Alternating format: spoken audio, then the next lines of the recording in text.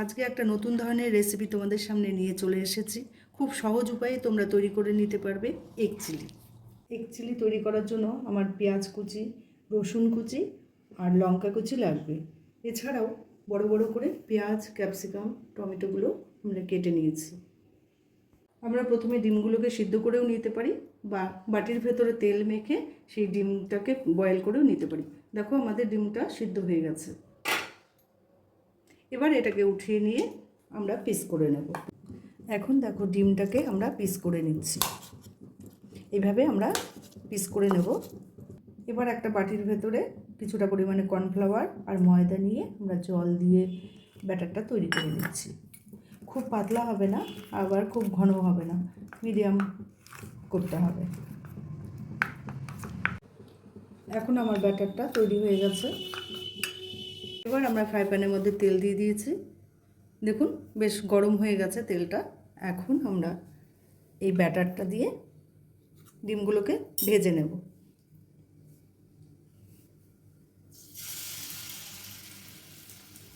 একটা একটা করে সবগুলোকে কিন্তু এইভাবে ভেজে নিতে হবে। এখন আমরা ডিমগুলোকে হালকা করে ভেজে নিচ্ছি। ডিমগুলো ভাজা হয়ে গেছে, সবগুলোকে আমরা উঠিয়ে নিচ্ছি। এখন ফ্রাই প্যানের তেল কিন্তু একদম গরম হয়ে গেছে। এর মধ্যে এখন আমি ছেড়ে দিচ্ছি পেঁয়াজ কুচি, তারপরে রসুনগুলোকে ছেড়ে দিলাম। এক এক করে আমরা সব সবজিগুলোকে ছেড়ে দিলাম। এবার আমরা রসুন, পেঁয়াজ, লঙ্কাগুলোকে ভেজে নিচ্ছি। এখন বড় বড় করে পেঁয়াজগুলো কাটা আছে যে সেগুলোকে আমরা ছেড়ে দিলাম। ক্যাপসিকাম, পেঁয়াজ, টমেটো সবগুলোকে ছেড়ে দিলাম। ছেড়ে দিয়ে এগুলোকে 1-2 মিনিট আবার ভেজে নেব। এর মধ্যে কিছুটা পরিমাণে লবণ দিয়ে নাড়িয়ে দিয়ে আমরা ঢেকে দেব, তাহলে জিনিসটা নরম হয়ে যাবে।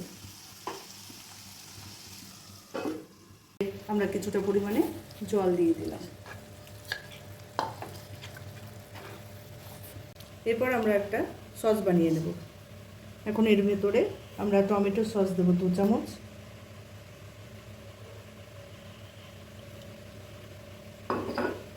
সয়া সস দেব 1 চামচ, আর কর্নফ্লাওয়ার দেব 2 চামচ।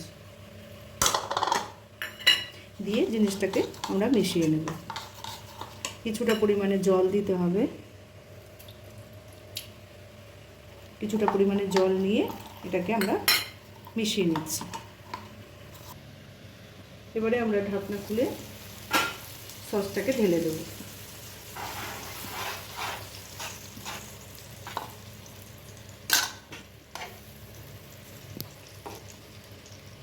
আমরা কিছুটা পরিমাণে দেখো ফ্রাই প্যানের ভেতরে তিল নিয়েছি, এটাকে ড্রাই রোস্ট করে নিচ্ছি। এবার ডিমগুলোকে আমরা ছেড়ে দিলাম।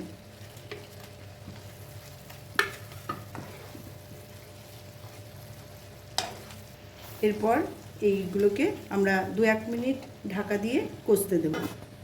রান্নাটা আমার একদম রেডি হয়ে গেছে। দেখো কেমন সুন্দর কালার এসেছে। এর উপরে আমরা ড্রাই রোস্ট করা যে তিলটা সেটা আমরা কিন্তু এর উপরে ছড়িয়ে দেব।